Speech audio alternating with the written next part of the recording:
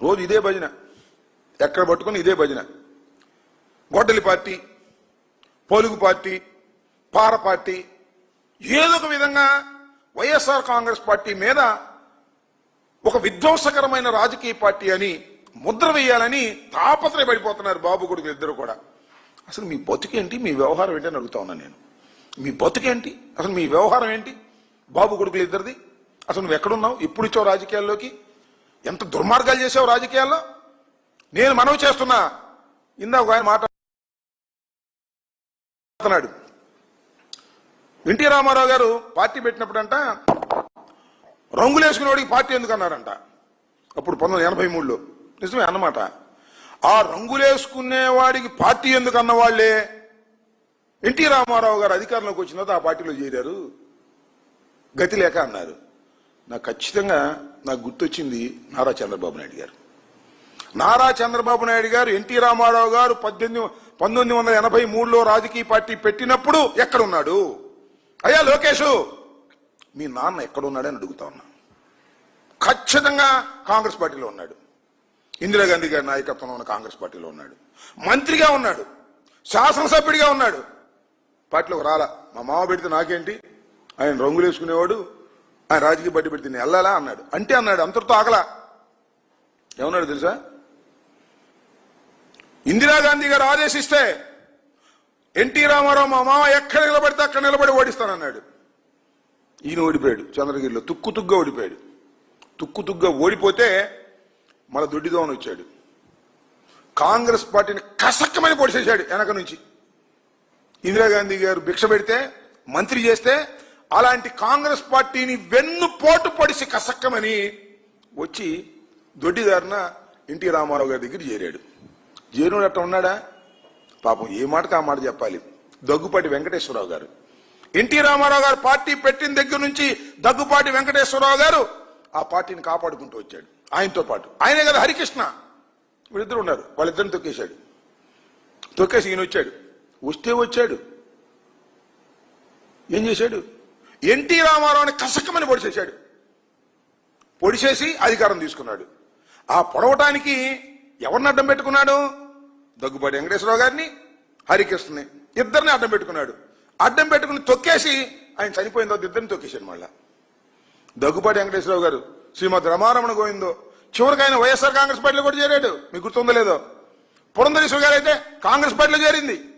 ఆ తర్వాత ఇప్పుడు బీజేపీలో చేరింది. మొత్తాన్ని చిందరవందర చేశాడు రాజకీయం కోసం. ఎంత దౌర్భాగ్యమైన రాజకీయం అయ్యా! నువ్వు మమ్మల్ని గొడవలంటావా? మమ్మల్ని పారంటావా? ఇంత వెన్నుపోటు రాజకీయాలు నడిపినటువంటి అనైతికమైనటువంటి రాజకీయవేత్త ఈ ప్రపంచంలో ఎవరైనా ఉన్నారు అంటే అది నారా చంద్రబాబు నాయుడు గారే. అంతేకాదు, నేను మనవి చేస్తున్నా, మీకు గుర్తు చేస్తున్నా. మీకు చాలా మంది యువకులకు తెలియకపోవచ్చు, నారా చంద్రబాబు నాయుడు గారి తమ్ముడు ఒక ఆయన ఉన్నాడు, నారా రామ్మూర్తి నాయుడు గారు. ఆయన కూడా తెలుగుదేశంలో శాసనసభ్యుడిగా ఉన్నాడు. ఆయన ఎక్కడ అడ్డం వస్తాడని ఆయన సస్పెండ్ చేసి పారేశారు. ఆయన కూడా కాంగ్రెస్ లో చేరాడు కొంతకాలం. ఇలాంటి నీచ రాజకీయాలు, దుర్మార్గమైన రాజకీయాలు ఆడింది మీరు. అంతేకాదు 2009లో అంతేనా, 2019లో గుర్తులేదు చెప్తా, రాజశేఖర రెడ్డి గారి మీద పోటీ చేయటం కోసం పార్టీలో పట్టు లేకపోతే జూనియర్ ఎన్టీఆర్ని తీసుకొచ్చుకున్నావు. గుర్తుందా మీకు? జూనియర్ ఎన్టీఆర్ని పాపం తిప్పనంతా తిప్పాడు. ఎన్టీ రామారావు గారు పోలికలు ఉన్నాయి కాబట్టి ఇతను మనకు ప్రమాదం లేదనుకుని తిప్పాడు. పాపం అతను యాక్సిడెంట్ అయింది, హాస్పిటల్ పాలు కూడా అయ్యి చాలా అనారోగ్యానికి గురయ్యాడు. తర్వాత అతను దొక్కాడు, మామూలు దొక్కుడు కాదు. ఎందుకు దొక్కాడు తెలుసా? నారా లోకేష్ గారికి ఎక్కడన్నా వస్తాడో, ఎన్టీ రామారావు గారు పోలికలు ఉన్నాయి జూనియర్ ఎన్టీఆర్కి, పార్టీ అంతా ఆయన పడిపోద్దాం, ఆయన అమ్మడిపడని నారా లోకేష్ ని తొక్కేసినటువంటి దుర్మార్గం కసక్కన పడిచేసావు కదా. అసలు నైతికత అసలు ఉందా నీకు? నీ బామ్మర్దిని, నీ బామ్మర్ది కొడుకుని, నీ తోడెల్లుణ్ణి, నీ వదిన్ని, నీ తమ్ముణ్ణి, ఇంతమందిని దారుణంగా రాజకీయంగా పొడిసేసినటువంటి వ్యక్తివి నువ్వు. ఇవాళ మమ్మల్ని అంటున్నావు గొడ్డల పార్టీ, పార పార్టీ అని. నీకన్నా దౌర్భాగ్యమైన రాజకీయాలు నడిపినటువంటి వ్యక్తులు, అధికారం కోసం ఏ గడ్డైనా ఖర్చేటటువంటి మనస్తత్వం కలిగినటువంటి వ్యక్తులు, నిన్ను మించిన వాళ్ళు ఈ రాష్ట్రంలో, ఈ దేశంలో ఎక్కడా లేరనే విషయాన్ని దయచేసి గమనించమని కూడా ఈ సందర్భంగా నేను చెప్పదలుచుకున్నా. నువ్వు మమ్మల్ని అంటావు మైక్ ఉందని, నీకు సపోర్ట్ చేసేటటువంటి ఛానల్స్ ఉన్నాయని, పేపర్లు ఉన్నాయని నువ్వు అనగానే పొద్దున్నే గొడ్డల పార్టీ అని రాసేస్తారు. ఫ్రంట్ పేజీలో 2 పేపర్లు, 3 టీవీలు, గొడ్డల పార్టీని గుర్తుపెట్టి రాసేస్తారు.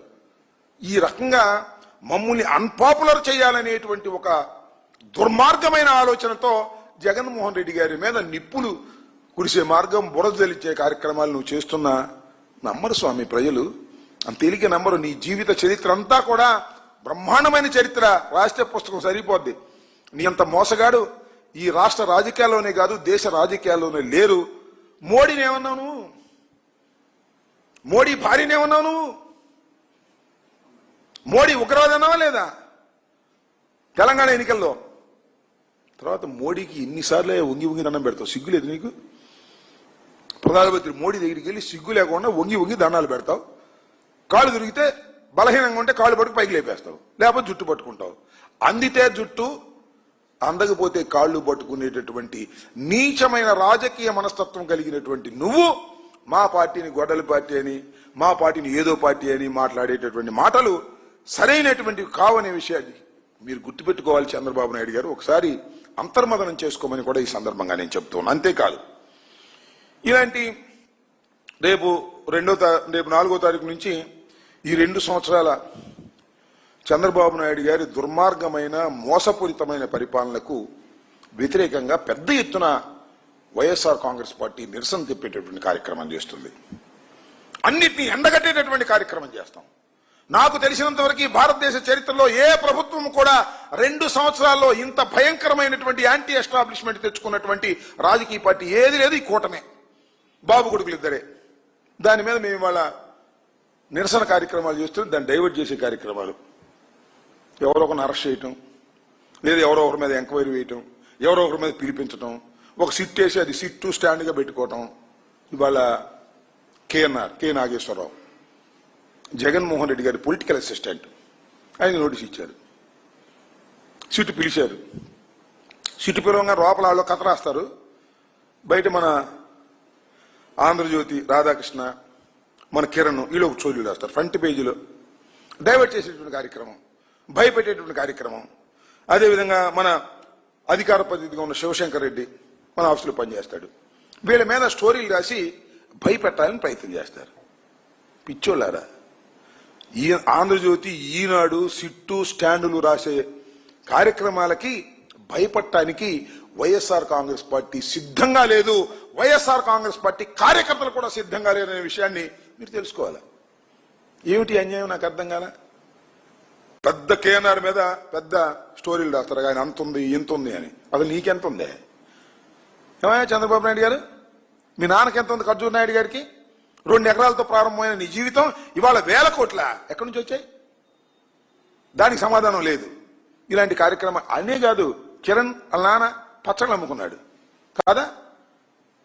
ఆంధ్రజ్యోతి రాధాకృష్ణ సైకిల్ దొక్కుంటూ వెళ్ళాడు. ఏంటి అని నాకు అర్థం కాల. ఇలా మా మీద పడేటువంటి కార్యక్రమాలు మీరు చూస్తున్నారు. అంతేకాదు, అయ్యా నారా చంద్రబాబు నాయుడు గారు, మీకు ఒక పిఏ ఉండేవాడే శ్రీనివాస్, గుర్తుందా? 2000 కోట్లు స్కామ్ చేశాడని నోటీసులు ఇచ్చారు, విచారణ జరిపారు, మధ్యలో వెళ్ళిపోయాడు. శుభ్రంగా 7 సముద్రాలు దాటించేశావు, దాటించేసి అమెరికాలో పెట్టావు. మళ్ళీ నీ ప్రభుత్వం వచ్చినా తీసుకొచ్చావు. ఏ అంత భయం? సిన్సియర్ అయితే అందువల్ల ఇవాళ కేఎన్ఆర్ని ఫిక్స్ చేయాలనుకుంటున్నావు నువ్వు? మేము భయపడతాం అనుకుంటున్నావా? మేము 7 సముద్రాలు దాటి పారిపోతాం అనుకుంటున్నావా? ఇక్కడే ఉంటాం, ఎదుర్కొంటాం, గుర్తుపెట్టుకోమని కూడా ఈ సందర్భంగా నేను మనవి చేస్తున్నా. భయపెట్టాలని వైఎస్ఆర్ కాంగ్రెస్ పార్టీ నాయకుల్ని, కార్యకర్తల్ని నువ్వు ప్రయత్నం చేస్తే చివరికి నువ్వు భయపడాల్సిందే. అయిపోయింది, 2 సంవత్సరాలు అయిపోయింది. రేపు 9వ తారీఖుతో ఇంకా 3 సంవత్సరాలు ఉంది. 2 సంవత్సరాలని టైము, 3వ సంవత్సరం యుద్ధానికి సిద్ధం. ఈ 2 సంవత్సరాల తర్వాత నువ్వు ఇప్పుడు ఆడుతున్నటువంటి వికృతమైన ఆటకి ప్రతిఫలం అనుభవిస్తావు, గుర్తుపెట్టుకో. అడ్డగోలైన ఆట ఆడుతా ఉన్నావు. భారతీయ జనతా పార్టీ దగ్గర ఎన్డీఏలో ఉన్నాననే ఉద్దేశంతో, కానీ ఎన్డీఏ కూడా నిన్ను నమ్మిద్దని నేను అనుకోను. ఎందుకంటే పచ్చి మోసగాడివి, ఎప్పుడు ఎలా ఉంటావో తెలియవు. ఎవడికి రాజ్యసభ ఇస్తానంటావో ఎవడికి ఇవ్వనంటావో తెలియదు. నీకు జుట్టు దొరికిందంటే కుమ్మి పారేస్తావు. ఈ విషయాలన్నీ కూడా వాళ్ళకు తెలుసనే విషయాన్ని కూడా నేను ఈ సందర్భంగా చెప్పదలుచుకున్నాను. ఇలాంటి దుర్మార్గమైనటువంటి రాజకీయాలు సిట్టాడినా, లేదు ఆంధ్రజ్యోతి, ఈనాడు కిరణ్, రాధాకృష్ణ మీరు ఆడినా అయ్యా ప్రతిఫలాలు ఉండవని కూడా ఈ సందర్భంగా చెప్తున్నా.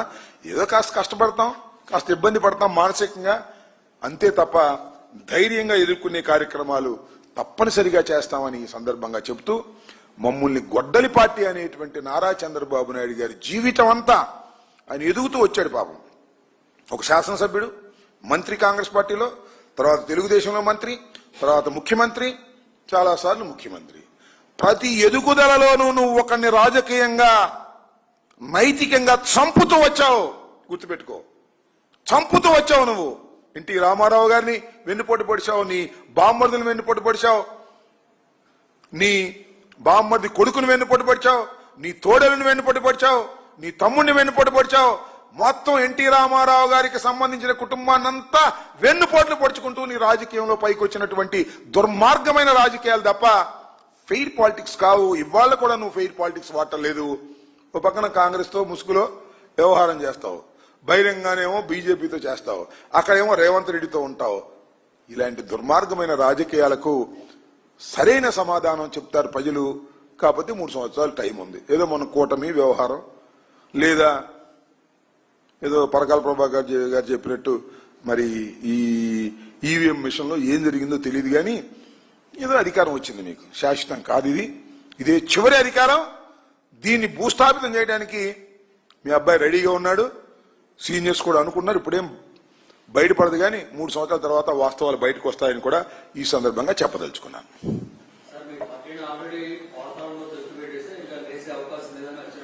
ఏంటండి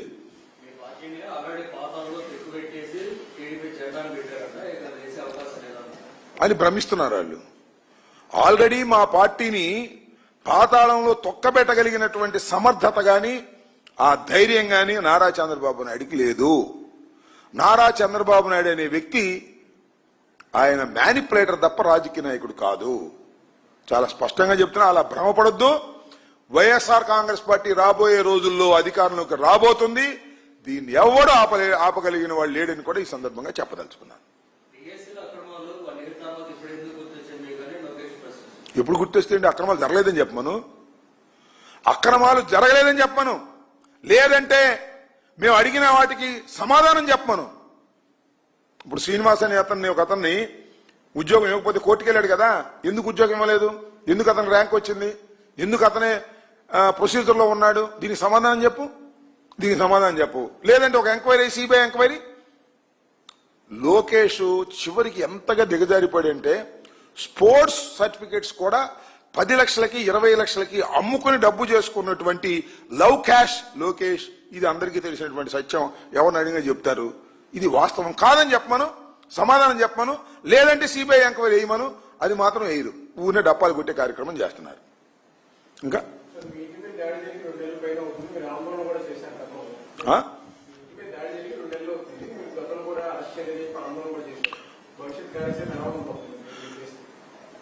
ఇప్పుడు 31 జనవరి నా ఇంటి మీద దాడి జరిగింది. విజువల్స్ అన్ని మీరు చూశారు, అందరూ చూశారు, మీరే కాదు రాష్ట్ర వ్యాప్తంగా అందరూ చూశారు. ఇంతవరకు ఒక్కళ్ళని కూడా అరెస్ట్ చేయాల. నేను చంద్రబాబు నాయుడు గారిని ఏదో తిట్టానని క్షమాపణ చెప్పిన తర్వాత నన్ను 18 రోజులు జైలు పెట్టారు. ధర్మమేనా? అరెస్ట్ చెయ్యరా? అరెస్ట్ చేయకపోతే ఈ ప్రజాస్వామ్యంలో అంబటి రాంబాబు ఊరుకుంటాడా? అంబటి రాంబాబు ఊరుకున్నా వైఎస్ఆర్ కాంగ్రెస్ పార్టీ ఊరుకుంటుందా? నాకు మరొకసారి చెప్తున్నా, 40% ఓట్ బ్యాంక్ కలిగినటువంటి వైఎస్ఆర్ కాంగ్రెస్ పార్టీ జగన్మోహన్ రెడ్డి గారు నాకు అండగా ఉన్నారు. నెంబర్ 2, 20% ప్రజలు ఉన్నటువంటి నా కులం నాకు అండగా ఉంది. నేను పోయిన నెల 18వ తారీఖున ఒకరోజు ప్రజాస్వామ్య పద్ధతుల్లో నిరాహార దీక్ష చేశాను, అరెస్ట్ చేయాలి అని డిమాండ్ చేస్తూ. పట్టించుకోవాలా. మళ్ళా త్వరలోనే డేట్ ప్రకటిస్తే, ఎందుకంటే ఈ ఎస్ఐఆర్ ప్లస్ డిజిటలైజేషన్ ఇవన్నీ ఉన్నాయి కాబట్టి టైం చూసి చెప్తా. నేను ఎక్కడైతే దాడి జరిగిందో నా ఇంటి దగ్గర, అక్కడి నుంచి బయలుదేరి డీజీపీ ఆఫీస్ 29 కిలోమీటర్లు ఉంది. 29 కిలోమీటర్లు పాదయాత్రతో వచ్చి నా మీద అటాక్ చేసినటువంటి వారిని ఎఫ్ఐఆర్ చేయలేదు, చేసినా కూడా తూతు మంత్రం చేశారు, వాళ్ళని అరెస్ట్ చేయాలని డీజీపీ గారికి వినతి పత్రం ఇస్తాను. నా రెండో స్టేజ్, దట్ ఈస్ కాల్డ్ వినతి పాదయాత్ర. ఈ వయసులో 29 కిలోమీటర్లు నడుచుకుంటూ వచ్చి నేను వినతి పాదయాత్ర చేసి వారికి ఇస్తాను. ఇది ఇలాగే కొనసాగుతూ ఉంటుంది. వారి మీద యాక్షన్ తీసుకునేంత వరకు వివిధ